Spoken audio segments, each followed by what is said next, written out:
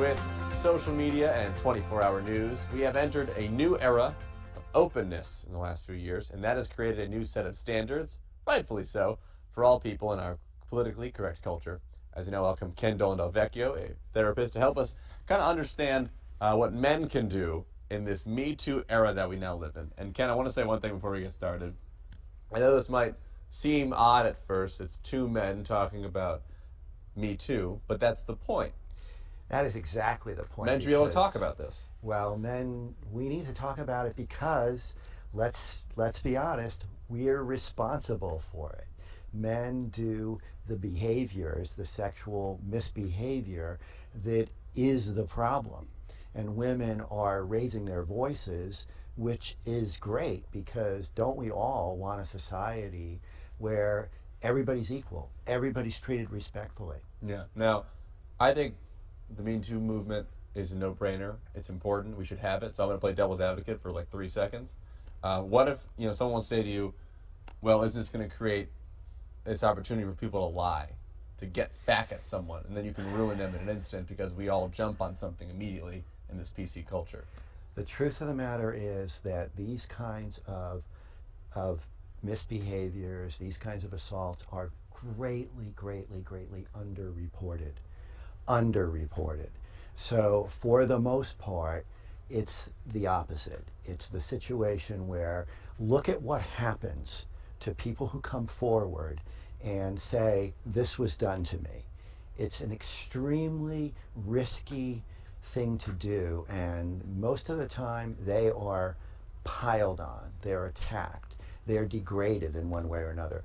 Of course, there are going to be a few instances where people come forward with false accusations, but to focus on them as a way to discredit all of the voices of people who actually have been hurt in one way or another is to totally deny the reality.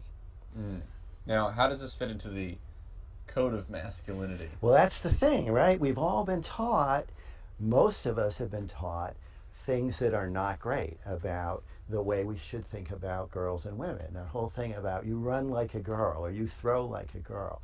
This whole idea that men should, in some way, men and boys are better than, let's say. We are in the process, you and I, Danny, of transforming that with this show and saying real men respect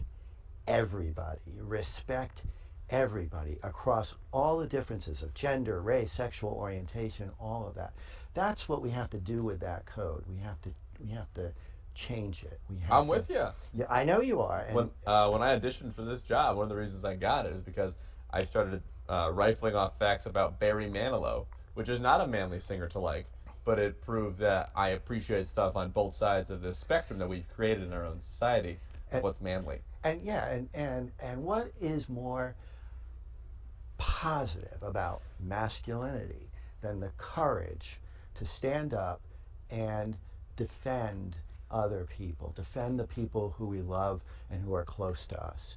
We all have people of all genders who are in our families, in our communities, in our work organizations. Don't we want to, as men, as adults, it's bigger than one gender. It's about what does it mean to be a respectable, responsible adult.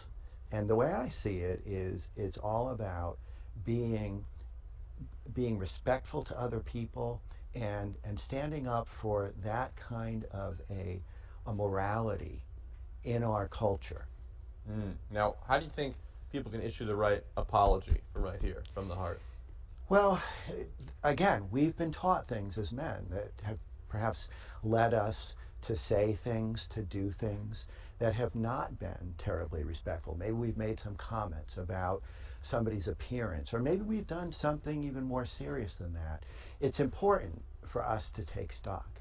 Yeah. And an apology is the start. Well, unfortunately, I don't want to apologize. I have to apologize that unfortunately we're out of time. We're really tight right now. So this is my heartfelt apology to you. But Ken, I know we can talk about this for hours. So thank you for being here. I appreciate having you. Great to be here. Yeah, thank you.